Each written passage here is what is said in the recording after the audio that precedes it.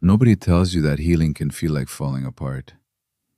Nobody tells you that the moment your nervous system begins to actually recover, begins to release the tension it has been holding for years, sometimes for decades, it can feel from the inside like something is going wrong rather than something finally going right. Nobody tells you that the tears that arrive unexpectedly in the middle of an ordinary Tuesday with no obvious trigger and no clean explanation might not be a sign of regression. That the sudden fatigue that settles into your bones after a period of genuine emotional work might not be weakness. That the strange, disorienting sense of not quite knowing who you are anymore, the groundlessness that can accompany real inner change, might not be a crisis. It might be healing. Not healing as it is usually portrayed, triumphant, linear, increasingly calm, progressively more together, but healing as it actually tends to occur in the human nervous system, messy, non-linear, sometimes uncomfortable in ways that are difficult to distinguish from the inside from simply feeling worse. This is one of the least discussed and most important aspects of genuine psychological recovery, and it sits at the heart of everything we're going to explore today. Because if you don't know what nervous system healing actually looks like, if you don't recognize its real signs, including the ones that feel counterintuitive or even alarming, you're at risk of doing something that many people in the middle of genuine healing do. You're at risk of stopping, of concluding, just as something real is beginning to shift, that you must be doing something wrong, that this isn't working, that you aren't capable of change after all. And in that conclusion, you may turn away from the very process that was beginning to set you free. To understand why healing so often doesn't feel like healing, it helps to understand what the nervous system is actually doing, and what it has been doing, perhaps for most of your life. The human nervous system is not primarily a system for thinking. It is primarily a system for survival. Its deepest and oldest structures are organized around a single, non-negotiable priority: keep the organism alive. And in the service of that priority, it is extraordinarily adaptive. It learns, with remarkable speed and precision, what the environment requires, what is safe and what is dangerous, what must be expressed and what must be suppressed, what posture, emotional, physical, relational, is most likely to ensure continued survival in the specific conditions of the specific life being lived. Dr. Gabor Mate's work draws extensively on this understanding of the nervous system as a survival-oriented adaptive system. One of the central insights that runs through everything Mate has written and spoken about is this: the patterns we develop in response to difficult early environments are not pathologies. They are intelligent responses. They are the nervous system doing exactly what it was designed to do, adapting to the conditions it finds itself in, finding the most viable way to maintain function and connection in an environment that may have been emotionally unpredictable, overwhelming, or insufficient.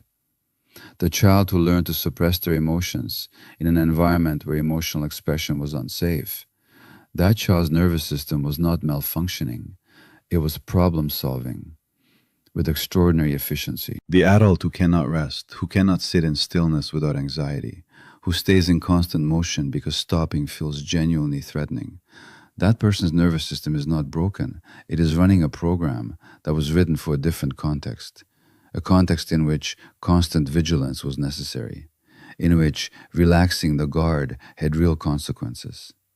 And here's what this means for healing.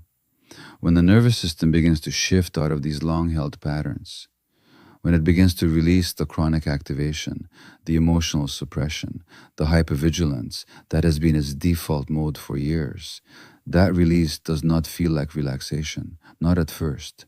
It feels like disruption, like destabilization, like something is being taken away that you didn't realize you were depending on. Because in a very real sense, something is being taken away. The structure that kept you functioning, however costly it was, however much it suppressed your authentic experience, provided a kind of predictability, a known way of being in the world.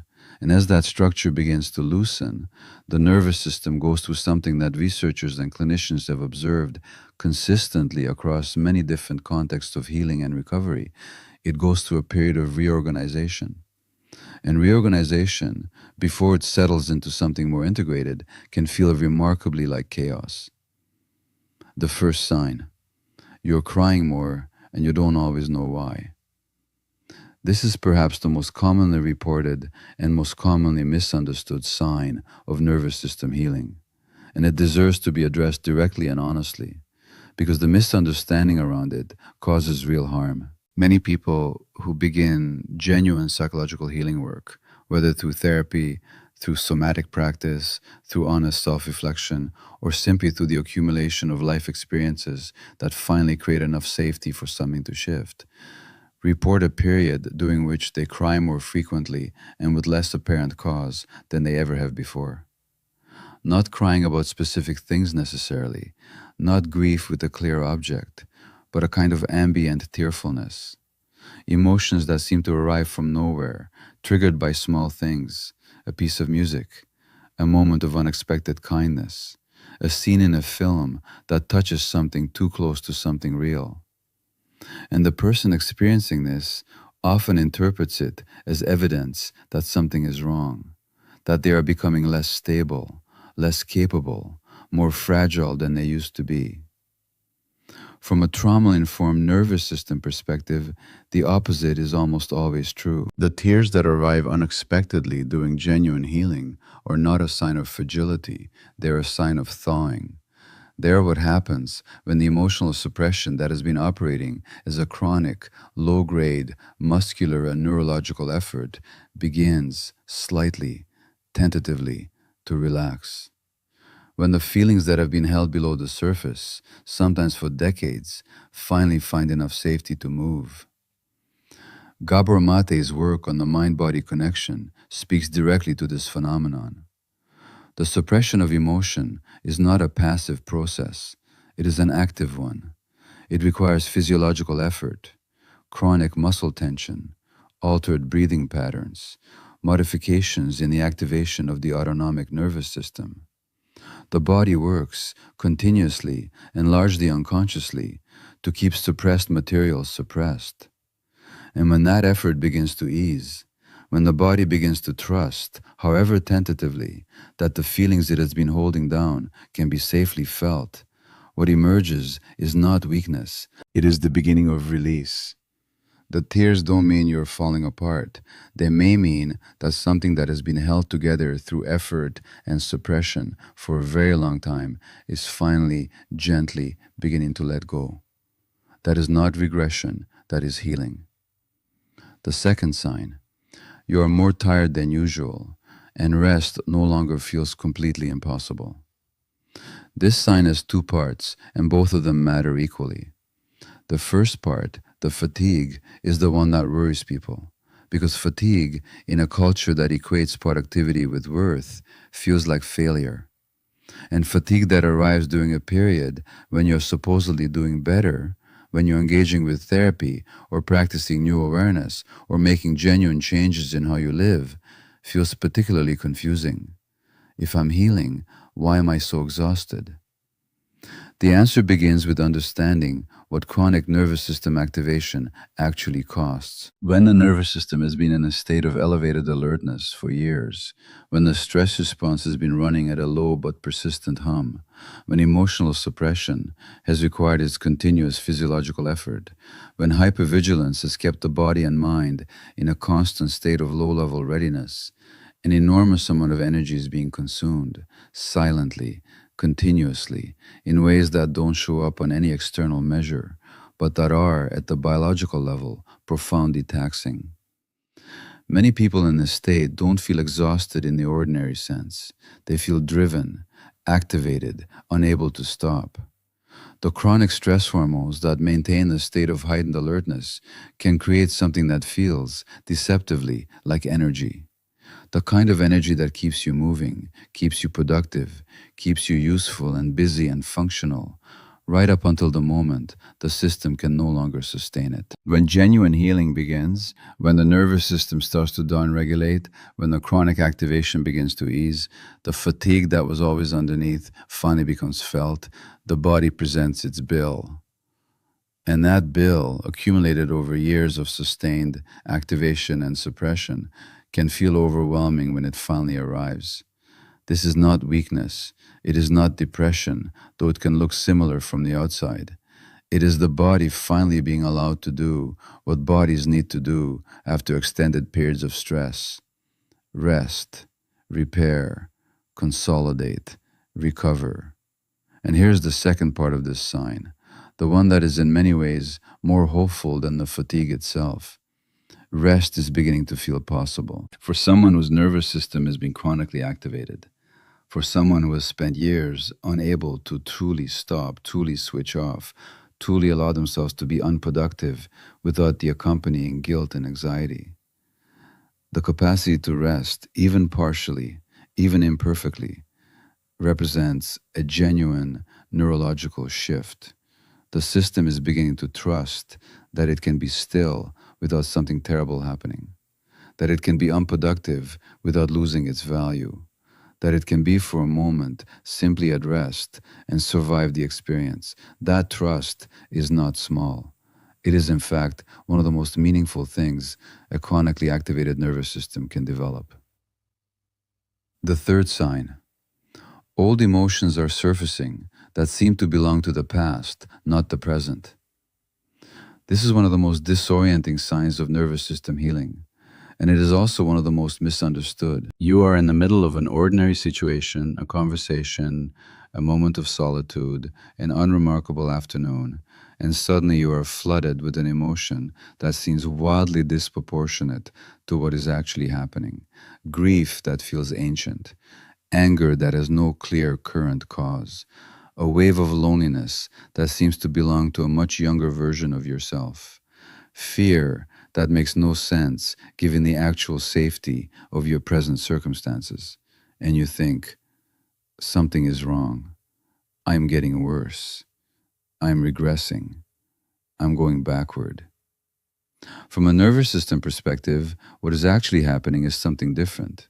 Something that researchers studying trauma and nervous system healing have observed consistently, and that the framer Gabor Mate has articulated so clearly helps explain. Emotions that were suppressed at the time they were originally felt, emotions that the nervous system deemed too large, too unwelcome, or too unsafe to be fully processed in the moment, do not disappear.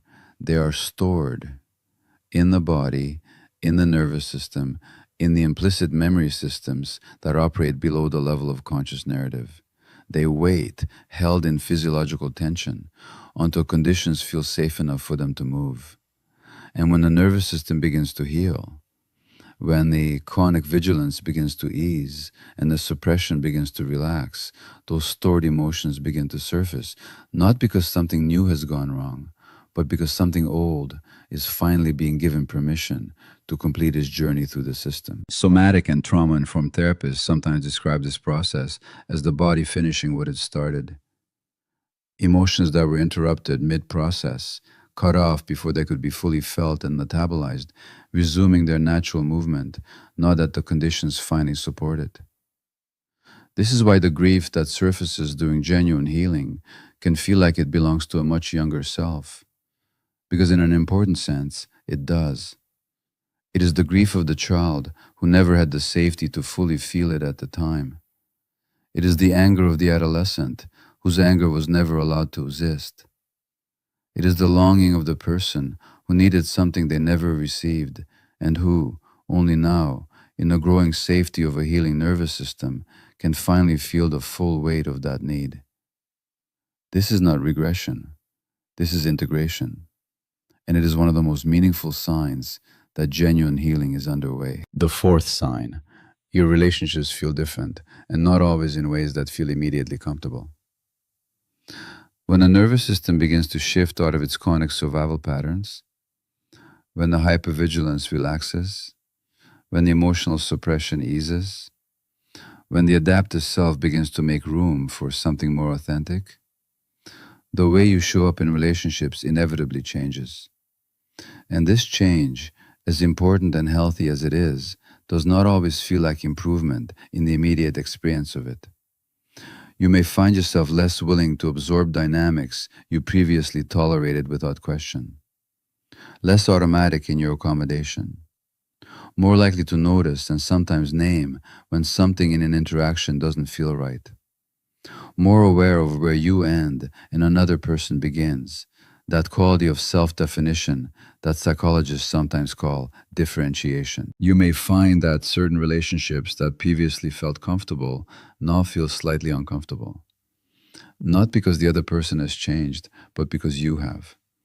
And the dynamic that was comfortable before was comfortable, at least in part, because it required nothing from you that your adaptive self wasn't already providing automatically.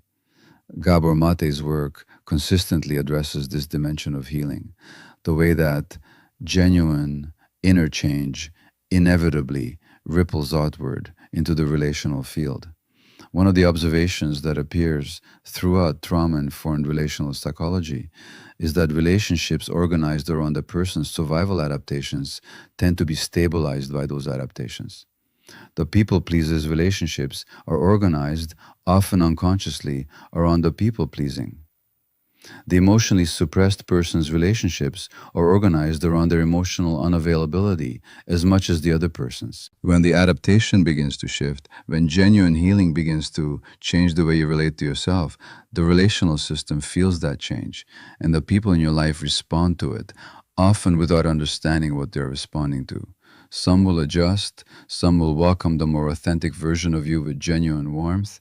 Some will find, perhaps with some surprise, that a relationship with more honesty in it is also a relationship with more actual intimacy.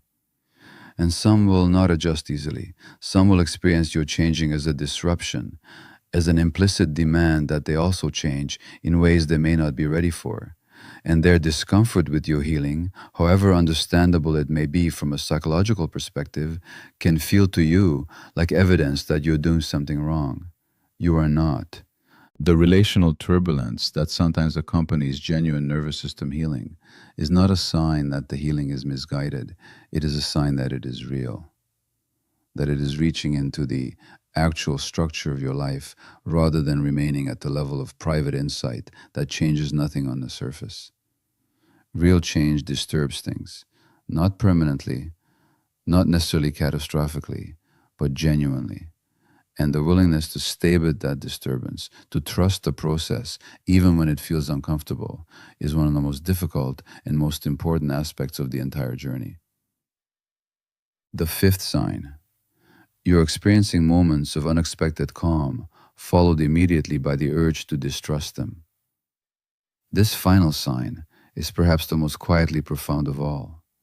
And it is the one that most directly captures the paradox embedded in the title of this conversation. Genuine nervous system healing, as it progresses, begins to produce something that many people in the thick of it have never reliably experienced before: moments of actual calm. Not the absence of emotion, not the numbness that sometimes masquerades as peace, but a genuine embodied quietness. A moment in which the body is not braced, in which the mind is not racing, in which there is, for a brief interval, no emergency to manage, no threat to monitor, no performance to maintain. Just this, just now, just a simple, unremarkable experience of being present in your own life without a background hum of alarm. And for people whose nervous systems have been chronically activated, for people who have spent years in the low-grade emergency of survival mode, this experience of calm does not feel like relief, not at first. It feels deeply unfamiliar. And unfamiliar to a nervous system calibrated for threat detection can register as suspicious. There's a term in clinical psychology, window of tolerance, that describes the range of emotional activation within which a person can function without being overwhelmed or shutting down. For people with histories of chronic stress or trauma, this window is often narrow, and genuine healing gradually widens it. But in the process of widening, the nervous system sometimes encounters states, including states of relative peace and safety, that fall outside its established range of familiar experience. And what is outside the range of familiar experience gets flagged by the survival-oriented nervous system as potentially dangerous. This is why the calm that comes with genuine healing is so often immediately followed by the urge to distrust it. The thought, this won't last. The subtle waiting for the other shoe to drop. The odd discomfort of feeling okay, more okay than usual, and not being able to simply rest in it. The reaching, almost reflexively, for something to worry about, something to fix, something that restores the familiar activated state that, however costly, at least has the virtue of being known. Recognizing this pattern, noticing the distrust of calm as itself a sign of a nervous system in transition, rather than evidence that the calm is illusory, is a genuinely important moment. Because the calm is not illusory, it is real. It is the nervous system, tentatively and imperfectly, beginning to experience what safety actually feels like in the body, and learning to stay with it, to resist the reflexive urge to disturb it, to allow yourself to be for a moment simply okay, is one of the most meaningful practices available to anyone on this journey. Not because it is easy, because for a nervous system that has never quite believed it was safe to be at rest, choosing again and again in small moments to remain in the calm rather than flee it is an act of profound self-trust. And self-trust, built slowly and honestly in exactly this way, is one of the deepest foundations of genuine healing. There's something important to hold alongside everything explored here today. None of these five signs is a guarantee. None of them in isolation confirms that everything is moving in the right direction. Healing is not a puzzle where the appearance of certain pieces means the picture is complete. It is the living process, dynamic, non-linear, sometimes two steps forward and one step back, that defies the clean categories we tend to prefer. What these signs offer is not certainty. They offer context, a framework for interpreting experiences that might otherwise be misread as failure, a way of understanding the inner landscape of genuine nervous system change that makes it possible to stay with the process rather than abandoning it at precisely the moment it begins to do something real. Because that is the risk. Not that healing is impossible, but that people stop just before something shifts, just before the tears that seem to come from nowhere reveal themselves as the release of something long held, just before the exhaustion gives way to genuine rest, just before the surfacing emotions complete their journey and integrate into a more whole inner life, just before the relational turbulence settles into something more honestly connected, just before the distrust of calm begins slowly and tentatively to relax. Gabor Mate's work points towards something that every person who has sat with genuine healing work eventually discovers, not as a concept, but as a lived experience, that the body knows how to heal, that the nervous system, given sufficient safety and sufficient compassion and sufficient honest attention, tends toward integration rather than fragmentation. That the patterns which developed in the service of survival, however entrenched they have become, are not permanent features of who you are. They are responses to conditions that no longer exist in the same form they once did. And as those conditions change, as you build slowly and imperfectly the internal safety that allows the nervous system to begin releasing its long held positions, something becomes possible that may have seemed, from within the familiar activation of survival mode, almost unimaginable.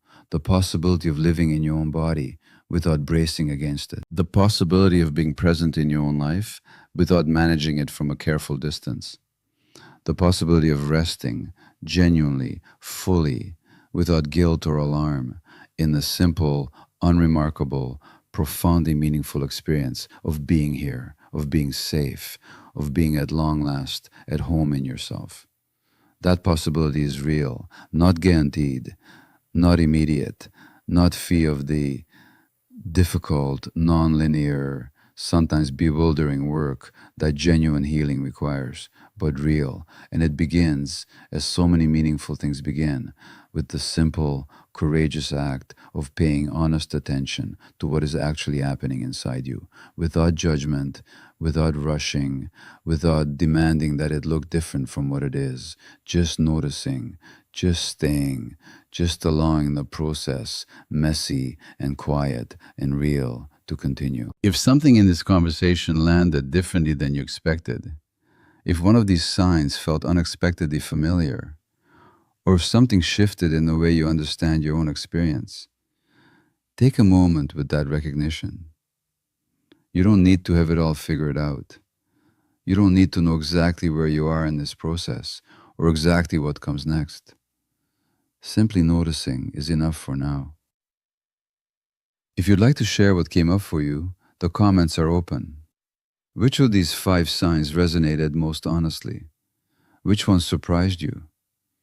And if thoughtful, psychologically grounded conversations like this one feel valuable to you, conversations that take the inner life seriously without oversimplifying it, consider subscribing. There's much more ahead. Because understanding what is actually happening inside you, with honesty, with patience, and with genuine compassion, is always worth the effort. Always.